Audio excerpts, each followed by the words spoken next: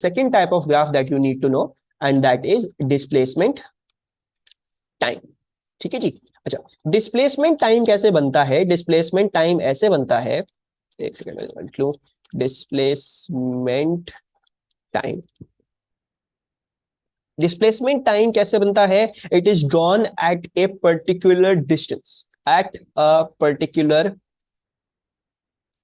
Distance. यानी मतलब इस बात का ये है कि ये एक पार्टिकल के लिए होता है, फॉर वन पार्टिकल। ठीक है, यानी हमने अभी थोड़ी देर पहले बात की, प्रोग्रेसिव वेव क्या है? प्रोग्रेसिव वेव ये है कि अगर पार्टिकल यहां पे बैठा हुआ है तो प्रोग्रेसिव वेव इसमें से यूं चलती भी जाएगी। तो ये जो पार्टिकल के टाइम के साथ वेरिएशन होगी, यानी टाइम जीरो पे या मीन पे होगा अपनी, फिर कुछ टाइम बाद नीचे चला जाएगा, फिर कुछ टाइम बाद वापस मीन पे आएगा, फिर कुछ टाइम बाद जो है वो ऊपर चला जाएगा, फिर कुछ टाइम बाद वापस से मीन पे आ जाएगा। तो ये जो एक पार्टिकल की टाइम के साथ कहानी है, ये कैप्चर की जाती है इन अ डिस्प्लेसमेंट टाइम ग्राफ। ठीक है, तो this is the distinction between these two graphs. और कहने को तो बड़े सिमिलर दिखते हैं, लेकिन ये चीजें आप लोगों को पता होनी चाहिए। अच्छा, अब आ जाते हैं एक डिस्प्लेसमेंट टाइम का ग्राफ बना लेते हैं जरा। ठीक है, मैं चीटिंग करके यहां से ग्राफ उठा रहा हूं, क्योंकि मेरा बिल्कुल दिल नहीं है बार बार ग्राफ बनाने का। तो अच्छा जी, और ऑब्वियसली ये सारे 1 second, 2 second, 3 second, 4 second, 5 second, 6 second, 7 second, 8 second. अब ऑब्वियसली सेकेंड हो, मिली सेकेंड हो, नैनो सेकेंड हो, वो सब लोग आपको पता है। And similar to that graph, अब देखो ये एक पार्टिकल की कहानी है। ठीक है, सो ये बात ये है। अब ऑब्वियसली जैसे पिछले वाले ग्राफ में था, एम्पलीट्यूड आप वैसे ही वर्कआउट कर सकते हो। ठीक है, कैसे वर्कआउट कर सकते हो? अच्छा, जरा तो पहले तो ये डिस्कस करें। डिस्प्लेसमेंट वही चीज है जो उस केस में थी। ठीक है, लेकिन ये डिस्प्लेसमेंट अब जो है, ये बेसिकली ये एक पार्टिकल की डिस्प्लेसमेंट है। ठीक है, ये एक ही पार्टिकल की पूरी कहानी है। तो these are A B C D E F G H I are not different particles, ये एक ही पार्टिकल है जो अपनी टाइम के लिहाज से डिफरेंट डिफरेंट पोजीशंस पे था। तो डिस्प्लेसमेंट वही है। टाइम जैसा आप लोगों को पता है, टाइम जो है, जो यूनिवर्सल टाइम है, वो वैसा ही है। सो यू कैन सबसे पहले तो वर्क आउट क्या चीज, एम्पलीट्यूड उसी तरीके से। भाई मैक्सिमम डिस्प्लेसमेंट देखेंगे और कभी नेगेटिव नहीं लिख के आएंगे, पॉजिटिव वैल्यू ही हमेशा एग्जामिनर को दे के आएंगे। जिस किसी ने भी नेगेटिव वैल्यू लिख दी उसके मार्क्स गए। ठीक है, सो ये इधर आ जाता है। उसके बाद नेक्स्ट चीज क्या है हमारी? अच्छा, उसके बाद द नेक्स्ट चीज इज कि ऑब्वियसली डिस्टेंस में जब एक पूरी कंप्लीट वेव का डिस्टेंस देख रहे थे तो वो वेवलेंथ थी, मतलब वेव की कितनी लेंथ है। अब ऑब्वियसली टाइम में तो डिस्टेंस देख नहीं सकते, तो इस चीज को क्या बोलेंगे? जो एक कंप्लीट वेव की जो है वो टाइम पीरियड आ रहा है, या जैसे जो है वो उस तरीके से भी हम बात करें तो between two points in phase के बीच में देखा, बी एंड एफ के बीच में देखा जा सकता है, सी एंड जी के बीच में भी देखा जा सकता है, ए एंड ई के बीच में भी देख सकते हैं, डी एंड एच के बीच में देखा जा सकता है। यानी दो पॉइंट्स फेज में होंगे, उनके बीच में ये चीज देखी जाती है, जा सकती है, और वो चीज कहलाएगी आपका टाइम पीरियड। टाइम पीरियड क्या होता है? टाइम पीरियड होता है the time taken for one complete wave to form. ठीक है जी, सो टाइम पीरियड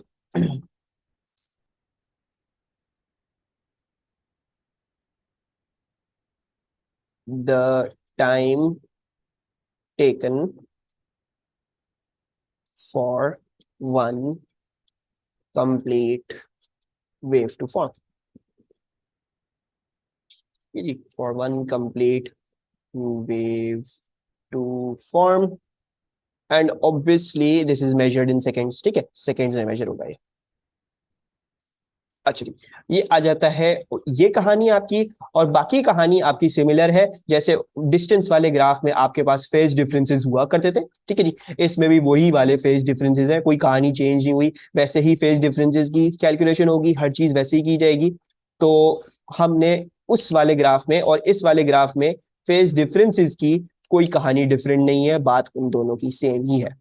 ठीक है जी, सो बेसिकली अगर मैं आपसे इस तरह इस ग्राफ में भी पूछूं ए और एच का क्या है, तो आप इस ग्राफ में भी ट्रांजिशंस देख के ही कर रहे होंगे। ठीक है, तो जल्दी से ए और एच के बीच में कितना फेज डिफरेंस होगा? A and H. सही है, कौन सा आंसर सही है? 630 सही है, 270 सही है? हम्म, दोनों सही है। Very good, you can count the transitions. एक ट्रांजिशन, दो ट्रांजिशन, 3, 4, 5, 6, 7, 7 ट्रांजिशन, 7 into 90 इज 630, जो अब्दुल्ला ने आंसर दिया। दूसरा आंसर अल्मा ने दिया। अल्मा ने कहा भाई देखो, ए और आपका ई जो है वो फेज में है। ए और ई अगर फेज में है तो ई के आगे देखना शुरू कर देते हैं कहानी। तो एक ट्रांजिशन, दो ट्रांजिशन, तीन ट्रांजिशन, तीन ट्रांजिशन 270 डिग्री थी, तो इसको आप 270 डिग्री भी लिख सकते हो। Both are acceptable answers, both पे फुल मार्क्स मिलेंगे। ठीक है, very good Alma and Abdullah. अच्छा, दूसरी कहानी, इसमें बस एक और बात आ जाती है, जब आप इसमें टाइम पीरियड मेजर कर सकते हो, ठीक है, तब आप इसमें, मैं इसको जो हूँ वो ऊपर कर रहा हूँ, ठीक है, क्योंकि ये पहले भी डिस्कस कर लिया था तो इसमें इतना इंपॉर्टेंट नहीं है। दूसरी कहानी क्या है? दूसरी कहानी आपकी फ्रीक्वेंसी की है, ठीक है, क्योंकि अगर आप इसमें आप टाइम पीरियड निकाल सकते हो तो कॉन्सिक्वेंटली आप फ्रीक्वेंसी भी निकाल सकते हो। फ्रीक्वेंसी क्या होती है? फ्रीक्वेंसी ये होती है the number of complete waves, complete waves formed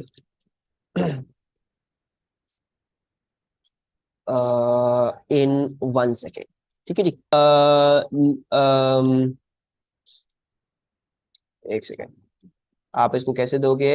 the number of waves formed, number of complete wave formed in 1 second, और ये आ जाता है, मैं दिमाग से कर गया क्या हो गया, एक second. The number of waves, complete waves formed in 1 second, एक तो ये हो गया एन ओवर टी, और एक 1/t है, उसको लिखेंगे कैसे? या फिर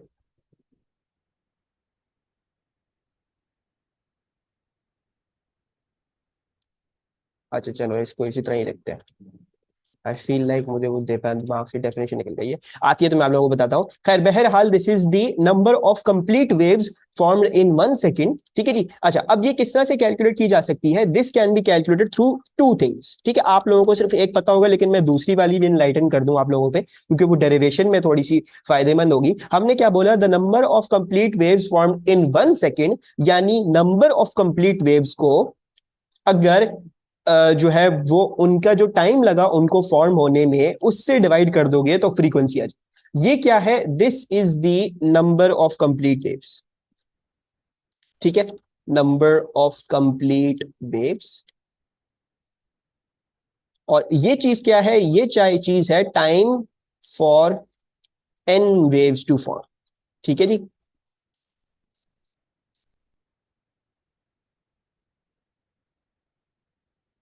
नहीं अब्दुल्ला नहीं, प्लीज ऐसी इतनी बड़ी डेफिनेशन नहीं लिखेंगे हम। अच्छा, या तो this can be N over T. ठीक है, मैं डेफिनेशन के लिहाज मतलब फॉर्मूला के थ्रू आप लोगों को समझा देता हूँ, दोनों चीजें अलग अलग क्या है। एक तो ये है कि नंबर ऑफ कंप्लीट वेव्स को, उनको जितना उनको टाइम लगा, यानी एन नंबर ऑफ वेव्स को टाइम जितना लगा उससे डिवाइड कर दो। या तो एक तरीका ये कर सकते हो, या तो एक तरीका ये कर सकते हो कि एक वेव को जितना टाइम लगा उसको टाइम पीरियड से डिवाइड कर दो। क्यों? बिकॉज एक वेव को फॉर्म होने के लिए कितना टाइम लगता है? टाइम पीरियड जितना टाइम लगता है ना।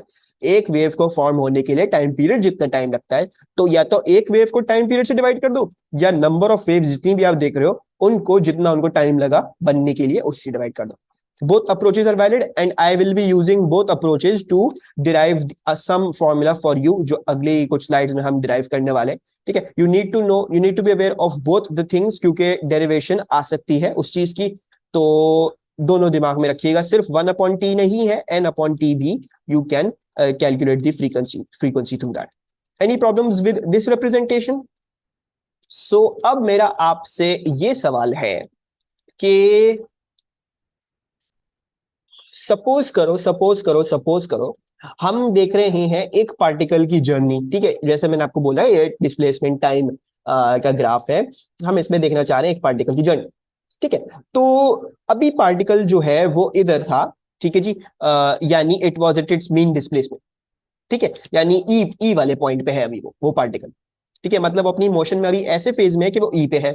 कैन यू टेल मी अब पार्टिकल कहां जाएगा इसके बाद? यानी नेक्स्ट टाइम इंस्टेंट में पार्टिकल कहां जाएगा? How do I get to know about that? ऊपर। यस, इजी पीजी भाई, ये तो डिस्प्लेसमेंट टाइम है ना, this is the displacement time. तो ये तो टाइम के लिहाज से ही बता रहा है आपको कहां आपका पार्टिकल जाएगा। तो अगर ई अभी यहां पे है तो टाइम तो हमेशा आगे चलता है, तो नेक्स्ट कहां जाएगा? ई ई अब ऊपर चढ़ना शुरू हो जाएगा। ठीक है, फिर कब जाएगा ई? फिर अब ई नीचे जाना शुरू हो जाएगा। तो basically if you want to tell in a displacement time graph एक पार्टिकल कहां से कहां जाएगा, उसका मोशन क्या है, तो जैसी लाइन है वैसे ही उसका मोशन है। डिस्प्लेसमेंट डिस्टेंस में क्यों बनाना पड़ रहा था, बिकॉज वो डिस्टेंस था, वो टाइम की रिप्रेजेंटेशन नहीं थी, तो आपको उसकी next instant in time wave बना के फिर आपको बताना पड़ता था कौन सा पार्टिकल किधर जा रहा है, right. So keep this in mind, displacement distance में अगली वेव बना के देखोगे, लेकिन अगर डिस्प्लेसमेंट टाइम हो तो डिस्प्लेसमेंट टाइम में जैसी बात जो बोली जा रही है, भाई 0 सेकंड पे यहां पे था, ये तकरीबन 0.25 पे यहां होगा, 0.5 पे यहां होगा, 1 सेकंड पे इधर आ गया, इस तरह से चल रहा है ये पार्टिकल। तो उसमें इसमें तो है ही टाइम, तो अगर इसमें बताना हो पार्टिकल कहां से कहां जा रहा है तो ये टाइम के लिहाज से ही आप लोग बता देंगे। उसमें you will have to draw the next instant in time की वेव, डिस्प्लेसमेंट डिस्टेंस। सही है जी। ये वाली slide clear, any problems in displacement time, ये भी हमारा पूरा पूरा डिस्कस हो चुका है। अच्छा, मुझसे एक चीज मिस आउट हो गई, ठीक है, खैर कुछ मिस आउट तो नहीं हुआ, मुझे पता है आप लोग कर लेते कि अगर डिस्प्लेसमेंट टाइम वाला ग्राफ हो तो उसमें अगर अब आपको ने लेना है between 2 points, if you want the phase difference, तो वो कैसे निकलेगा, अब वो फॉर्मूला थोड़ा सा डिफरेंट हो जाएगा, वो डेल्टा एक्स अपॉन लैम्डा नहीं होगा, क्यों, बिकॉज अब इसमें टाइम का है, so basically it will become delta T upon the time period into 360 degree. ठीक है, कहानी वही है, करना वही है, जो डेल्टा एक्स अपॉन लैम्डा था इंटू 360 डिग्री, यानी दो पॉइंट्स के बीच में डिस्टेंस का डिफरेंस लोगे divide by wavelength into 360 degree, तो फिर वो देगा। ठीक है, सिमिलरली इसी तरह यहाँ पे दो पॉइंट्स के बीच में, फॉर एग्जाम्पल सी एंड ई के बीच में निकालना चाह रहे हो, तो दोनों का डेल्टा टी क्या हो जाएगा, 4 - 2 हो जाएगा, वो डेल्टा टी। टाइम पीरियड क्या है वेव का, वो 4 सेकेंड है, तो 4 सेकेंड नीचे डालोगे इंटू 360 कर दोगे, वो आ जाएगा। ठीक है, सो बस फॉर्मूला जो है वो इतना सा है डिफरेंट उन दोनों के सिनेरियोज के लिए। मेरा मकसद आपसे क्या है, मेरा मकसद आपसे ये है कि मैं आपको दो वेव्स दूंगा और आपने मुझे उन दोनों के बीच में क्या बताना है, उन दोनों के बीच में आपने मुझे फेज डिफरेंस बताना होगा। ठीक है, अब उसका एक आसान तरीका भी है और मुश्किल तरीका भी है, लेकिन तरीके वही है जो हम पढ़ चुके ऑलरेडी, तो ऐसी कोई बात नहीं होगी जो हमें बहुत ज्यादा बॉदर करे। है, you have a wave like this, एक वेव जो है वो यूं जाती है,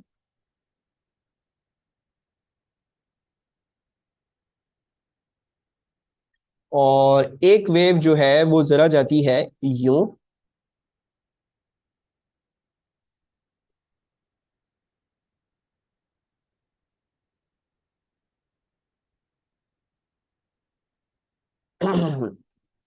ठीक है, यूं जाती है। और ये जो मैंने आपको ग्राफ दिया है ये है displacement, this is displacement against distance. ठीक है जी, सो डिस्प्लेसमेंट भी मीटर्स में मेजर हो रही है और डिस्टेंस भी मीटर्स में मेजर हो रहा है, दो डिफरेंट वेव्स हैं ये।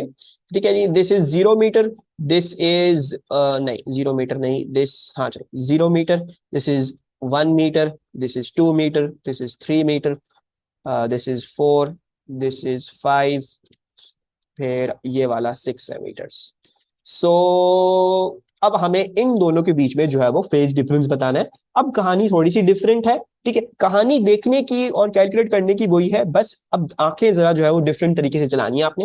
अच्छा, आपको क्या देखना है, आपको ये देखना है, आपको दो ऐसे पॉइंट ढूंढने पड़ेंगे दोनों वेव्स पे जो फेज में हो। ठीक है, यानी फेज में होने का क्या मतलब हुआ कि अगर मैं इसका मैक्सिमम पॉइंट देख रहा हूं तो मैं इसका भी मैक्सिमम पॉइंट देख रहा हूँ, और अगर मैं इसका मिनिमम पॉइंट देख रहा हूं तो मैं इसका भी मिनिमम पॉइंट देख रहा हूं।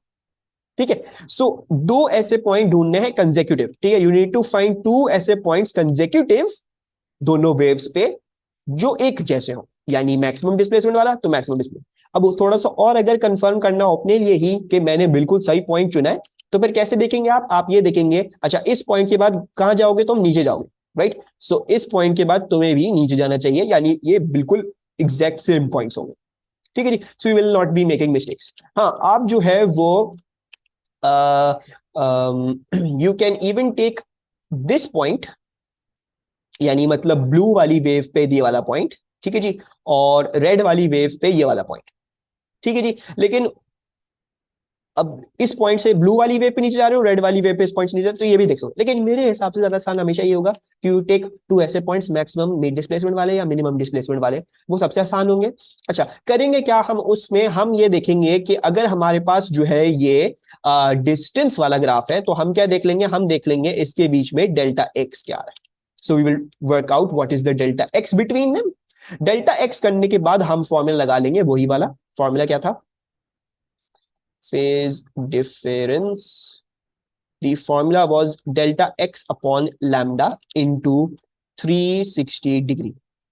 But before you start applying, ठीक है, हमेशा तो ग्राफ्स, अगर आपसे सवाल पूछा जाएगा इसका, तो हमेशा ग्राफ्स के बारे में ये चीजें होंगी, लेकिन आप फिर भी चेक कर लीजिएगा। ठीक है, अगर ये दोनों चीजें ना हो तो आप लिख के आ जाएगा the phase difference can not be calculated between these two waves at all. वो बातें क्या है, वो बातें ये हैं कि दोनों का लैम्डा सेम होना चाहिए और दोनों का टाइम पीरियड सेम होना चाहिए। अब देखो, डिस्टेंस वाले ग्राफ में you can check the lambda, तो ये लाजमी जरूर मेक श्योर करके आइएगा कि लैम्डा दोनों का सेम। और अगर टाइम वाला ग्राफ है तो ये जरूर देख चेक करके आइएगा कि दोनों वेव्स का इंडिविजुअल टाइम जो है वो सेम, टाइम पीरियड सेम हो। तो अगर ब्लू वाली वेव को देखोगे, इधर से लेके इधर तक कितना आ रहा है, दिस इज 4 मीटर्स का डिस्टेंस। और अगर रेड वाली को देखोगे, इधर से लेके इधर तक का डिस्टेंस क्या आ रहा है, वो भी 4 मीटर आ रहा है, यानी लैम्डा सेम है।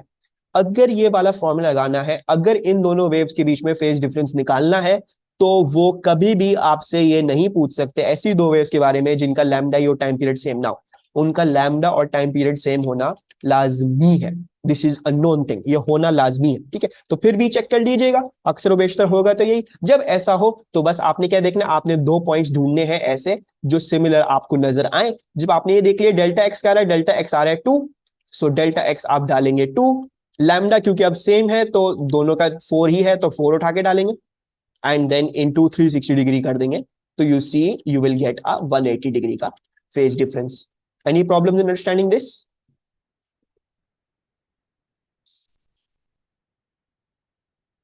2 और 6 नहीं ले सकते, 2 और 2 और 6, 2 और 6 नहीं ले सकते, 6 कौन सा? You're asking, are you asking me ये और ये पूछ रहे हो?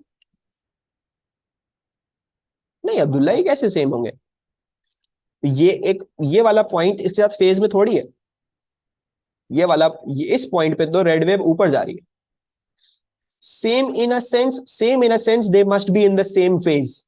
फेज से क्या मतलब है, के अब ब्लू वाली वेव को अगर तुम देख रहे हो, ठीक है, ब्लू वाली वेव को तुम अगर देख रहे हो, तो उन जो दो पॉइंट्स तो जो तुम सिलेक्ट करने वाले हो उनके बीच में सेम फेज होना चाहिए। फेज का क्या मतलब है, एग्जैक्टली द सेम पॉइंट्स होने चाहिए, एग्जैक्टली सेम हरकत करनी चाहिए उनको। यानी फॉर एग्जांपल ब्लू वाली पे देख रहे हो तुम, ब्लू वाले पे अगर तुमने ये वाला पॉइंट चूज किया है, तुम्हें पता है ब्लू वाला ग्राफ नीचे की तरफ जाएगा, तो तुम्हें रेड वाले ग्राफ पे भी ऐसा पॉइंट चूज करना है जहां पे रेड वाला ग्राफ उस डिस्प्लेसमेंट पे हो, यानी मैक्सिमम डिस्प्लेसमेंट पे अपनी, और फिर नीचे जाए। जब इन दोनों पॉइंट्स को मैं फेज में बोलूंगा, ठीक है। या फिर फॉर एग्जांपल अगर तुम कहते हो तुम्हें जो है वो इस पॉइंट के साथ एक रेड वाले ग्राफ में फेज में लेना है, तो अच्छा, ये वाला पॉइंट लिया, इससे पहले तुम ऊपर जाओगे तो रेड वाली ग्राफ पे तुम क्या ढूंढोगे, तुम ढूंढोगे मिनिमम डिस्प्लेसमेंट वाला, ये ढूंढ लोगे, ये आ गया। और उससे पहले तुम्हें क्या चाहिए, उससे पहले तुम्हें ऊपर जाना चाहिए। तो अच्छा, 4 और 6 वाले तुम ले सकते हो, यानी 6 माइनस 4 2, 2 डिवाइड बाय 4, और वापस से वही कैलकुलेशन जाएगी। तो if you want to be taking the delta x between two any points, what you will be doing, you will be taking ऐसे पॉइंट्स जिसके बाद मोशन जो है वो सिमिलर हो, तब वो 110% वो फेज में होंगे, फिर उनके बीच में तुम फेज डिफरेंस निकाल लो। सही है Abdullah? Don't take just any 2 points, always take 2 points ऐसे। सबसे अच्छे तो मैक्सिमम डिस्प्लेसमेंट वाले हैं, कंसेक्यूटिव मैक्सिमम डिस्प्लेसमेंट वाले या कंसेक्यूटिव मिनिमम डिस्प्लेसमेंट वाले, ये और ये ऑपर कर लो। 2 एंड 4 भी ले सकते हैं सिंस दोनों डिस्प्लेसमेंट पे हैं and are going downwards. Yes Abdullah. अच्छा, and similarly over here as well, यहाँ पे आपको phase difference between two waves की जगह instead of a displacement distance you can also be given displacement time. ठीक है जी। कहानी क्या होगी, अगर डिस्प्लेसमेंट डिस्टेंस होगा तो लैम्डा सेम दिखाना पड़ेगा उनको, ताकि आपको ये हो, लैम्डा भी सेम दिखाना पड़ेगा, और दूसरी बात ये बोला हुआ भी होगा टाइम पीरियड सेम होगा। या तो ये बोला हुआ होगा कि वेलोसिटी सेम है, या तो ये बोला हुआ होगा कि इनकी फ्रीक्वेंसी सेम है, या ये बोला होगा टाइम पीरियड सेम है। तीनों में से कोई भी चीज लिखी हो तो उसका मतलब टाइम पीरियड सेम होगा। ठीक है जी। अच्छा, अगर इसमें करना है तो वही तरीका है, if you have a displacement time, तो अब जो डिस्टेंस डिफरेंस लोगे वो डेल्टा टी कहलाएगा। कंप्लीट एक पूरी वेव का टाइम पीरियड लोगे तो वो टाइम पीरियड कहलाएगा, इनटू 360 कर दोगे। करने के मेथड वही है, वही दो तरीके हैं करने के, बस डिफरेंट ग्राफ टू ग्राफ दे वो अपना मीनिंग बदल लेते हैं, बाकी कोई ऐसी उसमें कोई खास बात ऐसी नहीं है। वेव हमारी कुछ इस तरीके से बनती है, समथिंग लाइक दिस। अच्छा, so the first example I am going to do word for you, ये है इस वेव का एम्पलीट्यूड जो है वो 2 है, ठीक है, जो 2 ऊपर -2 नीचे, and this I have given you the displacement against distance का ग्राफ, ठीक है जी। सो ये मैंने आपको ये ग्राफ दिया है। अब हमें जो है वो 90 डिग्री आउट ऑफ फेज जो है वो एक वेव बनानी है। अच्छा, 90 degree out of phase wave कैसे बनेगी? वो ऐसे बनेगी कि you are going to shift each point, एक ट्रांजिशन आगे शिफ्ट कर दो, ठीक है। सबसे पहले तो देखोगे एक ट्रांजिशन जो है वो ये हुई, ठीक है। अच्छा, now if I am talking about this point, इस पॉइंट की बात कर रहा हूं, तो ये 90 डिग्री आगे मुझे शिफ्ट करना है। तो आगे कैसे शिफ्ट होगा? यानी एक ट्रांजिशन आगे शिफ्ट होगा, यानी इस पॉइंट को इस वाली पे पोजीशन पे आना है, ठीक है। So basically this point is going to go over here, ये इधर आके, देन ये वाला जो पॉइंट है ये एक ट्रांजिशन आगे जाएगा, तो एक ट्रांजिशन आगे जाएगा तो इस पे कहीं ना कहीं बनेगा, इस लाइन पे। So basically this is going to go over here, right, क्योंकि डिस्प्लेसमेंट्स आपने मैच करनी है हर पार्टिकल की, डिस्प्लेसमेंट्स आप मैच करते जाओगे और बस इसको ट्रांजिशन आगे शिफ्ट करते जाओगे। सो सिमिलरली ये वाला पॉइंट एक ट्रांजिशन आगे जाएगा तो इसका मतलब वो यहाँ पे आ गया, ये वाला पॉइंट एक ट्रांजिशन आगे जाएगा तो वो इसका मतलब यहाँ पे आ गया, ये वाला पॉइंट एक ट्रांजिशन आगे जाएगा तो ये यहाँ पे आ गया, ये वाला पॉइंट एक ट्रांजिशन आगे जाएगा तो वो यहाँ पे आ गया, एंड उसके आगे वाले ग्राफ से बाहर निकल जाए तो बनाएंगे नहीं। And now let's just make a graph. तो ये जो हमने जो वेव बनाई है, this is 90 degree out of phase, सही है जी। अच्छा, अब आपको जितनी पर मतलब जितने पॉइंट्स आप आगे करके देख सकते हो तो वो तो आपने आगे करके देख लिए, ठीक है, लेकिन ये नहीं करिएगा कि यहाँ से छोड़ के आ जाए, ठीक है। तो जिस जैसे एक वेव कंटिन्यू होगी, ऑब्वियसली ये जो अगर ऊपर जा रहा है तो इससे पहले नीचे वाला पोर्शन होगा, सही है। सो ये बेसिकली यूं होगा ग्राफ इससे पहले। So like you need to continue, obviously इतना तो अंदाजा हो जाएगा फिर, लेकिन इधर साइड पे अगर जगह बच रही हो तो ग्राफ को जरूर कंटिन्यू करके आइएगा। Any problem with the 90 degree out of phase wave? बात क्लियर हुई?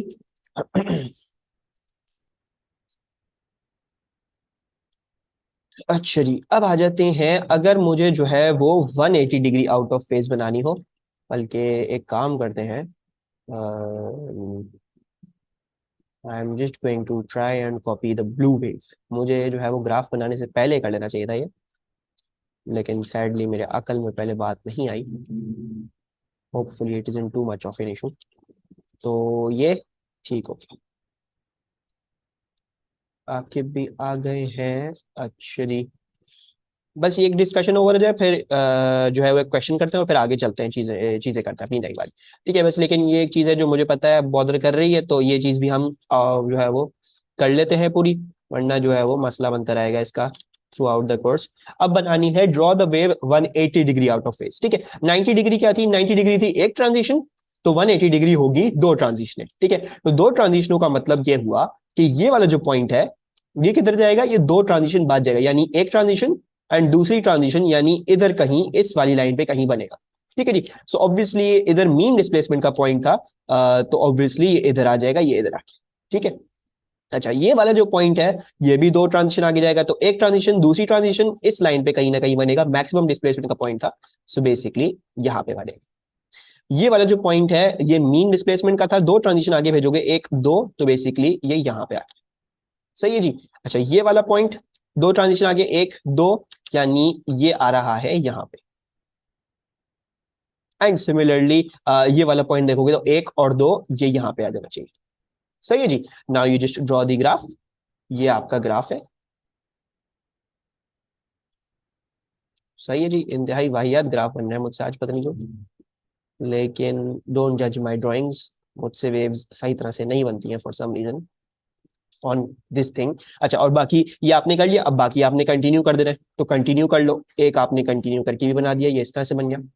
और बड़ा अच्छी बात है ये 180 डिग्री आउट ऑफ फेज वाली, इसको जरा ध्यान में भी रखिएगा कि सुपरपोजिशन में इसका बड़ा जो है वो सिग्निफिकेंस है हमारे लिए।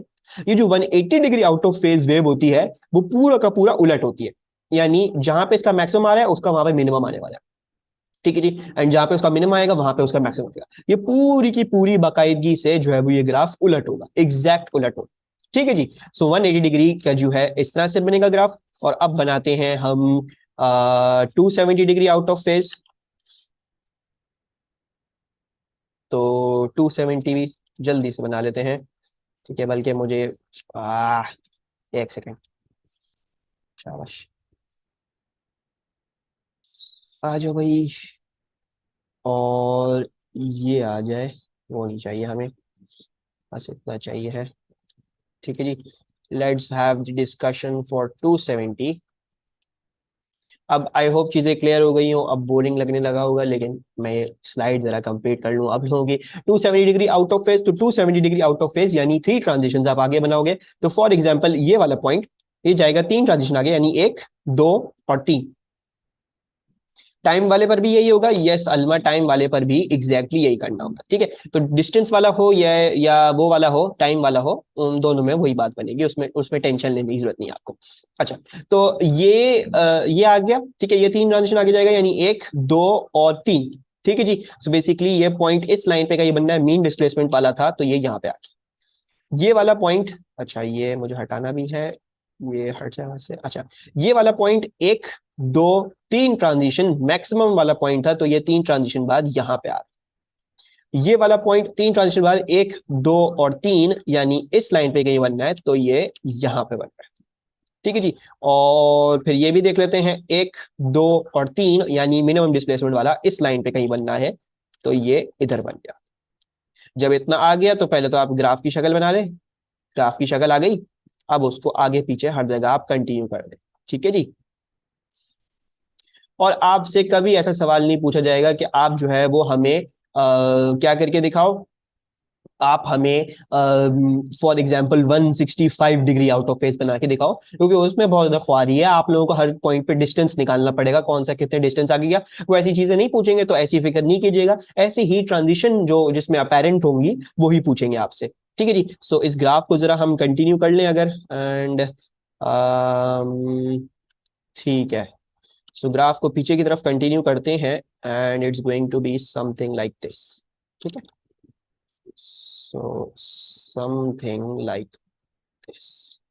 ऐसा कुछ ये आपका 270 डिग्री आउट ऑफ फेज बन गया। और अगर मैं आपसे पूछता 360 डिग्री आउट ऑफ फेज बनाओ, तो क्या बनाते हैं, वही ग्राफ पे दोबारा से लाइन ट्रेस कर देते हैं, वही आपका ग्राफ। सही है जी। एनी प्रॉब्लम्स अब with the out of phase वाली चीज?